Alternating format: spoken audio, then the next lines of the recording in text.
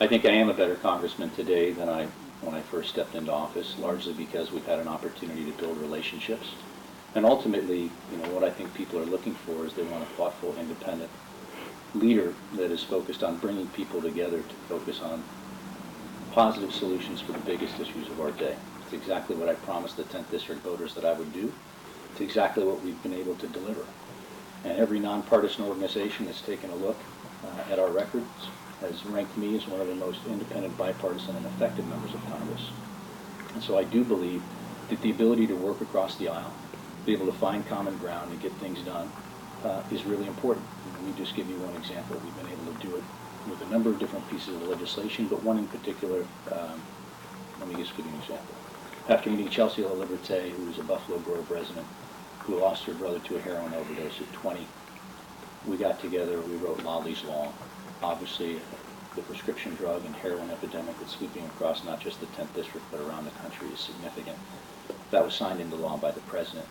But there are numerous other examples of taking local concerns and having positive action in Washington, whether it be on Medicare, Social Security, the economy, on poverty, on jobs. But there's still a heck of a lot more to do. The partisan gridlock in Washington is one that we need to be able to work through, and ultimately we need to work on things like common sense gun legislation that needs to get across the finish line, immigration reform, areas that I've certainly been supportive of and outspoken on. And it's one of the reasons why I've consistently broken with my party when I believe that they're wrong and it's in the best interest of my constituents. I think that's exactly what people are looking for. However, what we don't need is we don't need someone that's going to basically try to distort records. And frankly, it was just recently that a political campaign ad came out by my opponent that the Human Rights Campaign took issue with. And, I think that's important. I'm proud to have the Human Rights Campaign's endorsement. They're the largest LGBTQ advocacy organization in the country. And also, when my opponent was taking shots at me with regard to gun legislation, Yabby Giffords and her organization, the America for Responsible Solutions, came out and basically said that we are champions standing up to the gun lobby and have been a bipartisan champion with regard to common sense gun legislation. Those are the types of things that I think the people of the 10th District want and deserve. That's exactly what we're going to deliver. But I know in my bones that this district was better served by the work I did here in the district and better represented by the votes I took in Congress. And it's something I hear over and over as I go around the district talking to people. People of the district, people of the country, like me, are frustrated as they look at a Congress that refuses to tackle the important issues we face as a country and continues to quibble over whether it's defunding the Affordable Care Act or defunding Planned Parenthood. To me, it is irresponsible that this Congress has not been able to bring forward any type of gun legislation to the floor for a vote. It's unfortunate that this Congress has refused to bring up any immigration reform that would bring 11 to 12 million people out of the shadows, strengthen our communities, grow our economy by an estimated $2 trillion.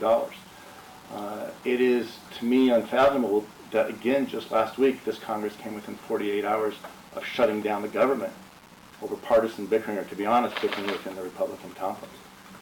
The people of the district tell me the same message. They want a Congress that's focused on growing our economy, helping the middle class, seeing an economy that lifts all the ships, not just those of the fortunate few. They want to see a situation where they can afford to send their kids to college, afford to provide health care to their family. And yet in Congress, they continue to see efforts to push back against those desires. When I was in Congress, I fought to keep interest rates low for student loans. I fought to bring forward immigration reform, being part of a broad group of 180 members who introduced comprehensive immigration reform, as well as addressing our border security challenges.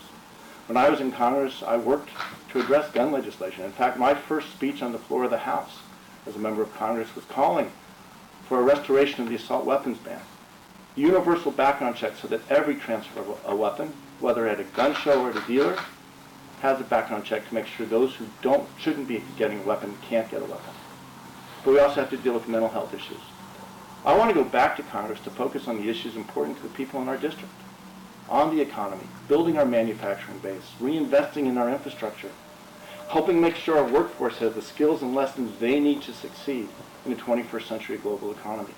That families can afford to send their kids to college, and kids graduating college aren't graduating with a mountain of debt that delays their ability to get on with their lives, to buy a home, start a family, and pursue all of the aspirations that they have. I want to go to Congress to make sure that we bring comprehensive immigration legislation to the floor, that we actually bring legislation to deal with the gun violence in our communities to the floor. In fact, if I get to Congress, I can promise you that I will not support anyone for Speaker who won't commit to bringing gun legislation to a vote in this Congress, who won't commit to bringing immigration reform to a vote in this Congress. And I think that's one of the biggest differences in this race.